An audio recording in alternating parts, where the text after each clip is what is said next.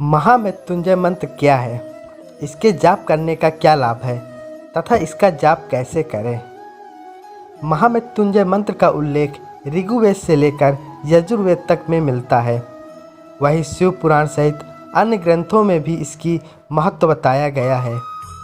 संस्कृत में महामृत्युंजय उस व्यक्ति को कहते हैं जो मृत्यु को जीतने वाला हो। इसलिए भगवान शिव की स्तुति के लिए महामृत्युंजय जप किया जाता है।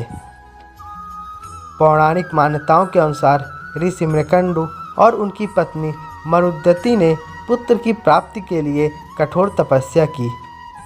उनकी तपस्या से प्रसन्न होकर भगवान शिव ने उनको दर्शन दिए और उनकी मनोकामना पूर्ति के लिए दो विकल्प दिए। पहला, अल्पायु बुद्धिमान पुत्र, दूसरा दीर्घायु मंद बुद्धि पुत्र। इस पर ऋषि मृकंडु ने अल्पायु बुद्धिमान पुत्र की कामना की, जिसके परिणाम स्वरूप मार्कंडेय नामक पुत्र की प्राप्ति हुई। उनका जीवन काल 16 वर्ष का ही था। वे अपने जीवन के सत्य के बारे में जानकर भगवान शिव की पूजा करने लगे। मार्कंडेय जब 16 वर्ष के हुए तो यमराज उनके प्राण हरने आए। वे वहां से भागकर काशी पहुंच गए। यमराज ने उनका पीछा नहीं छोड़ा तो मार्कंडेय काशी से कुछ दूरी पर कैथी नामक गांव में एक मंदिर के शिवलिंग से लिपट गए और भगवान शिव का आह्वान करने लगे। मार्कंडेय की पुकार सुनकर देवों के देव महादेव वहां प्रकट हो गए। भगवान शिव के तीसरे नेत्र से महामृत्युंजय मंत्र की उत्पत्ति हुई। भगवान शिव ने मार्कंडेय को अमरता का वरदान दिया, जिसके बाद यमराज वहां से यमलोक लौट गए। जब भी आप इस मंत्र का जाप करें तो शुद्धता का एक विशेष रूप ध्यान रखें, अतः मंत्र का उच्चारण एकदम सही होना चाहिए। शुद्धता की दृष्टि से ही कई लोग इसका जाप पंडित से करवाना उचित मानते हैं। एक निश्चित संख्या में इसका जाप करें।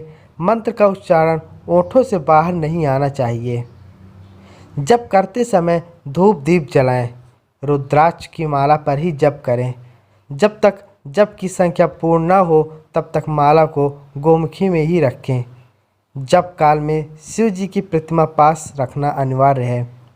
महामृत्युंजय मंत्र का जाप कुशा के आसन पर बैठकर ही करें। इस मंत्र का जाप पूर्व दिशा की तरफ मुख करके करना चाहिए।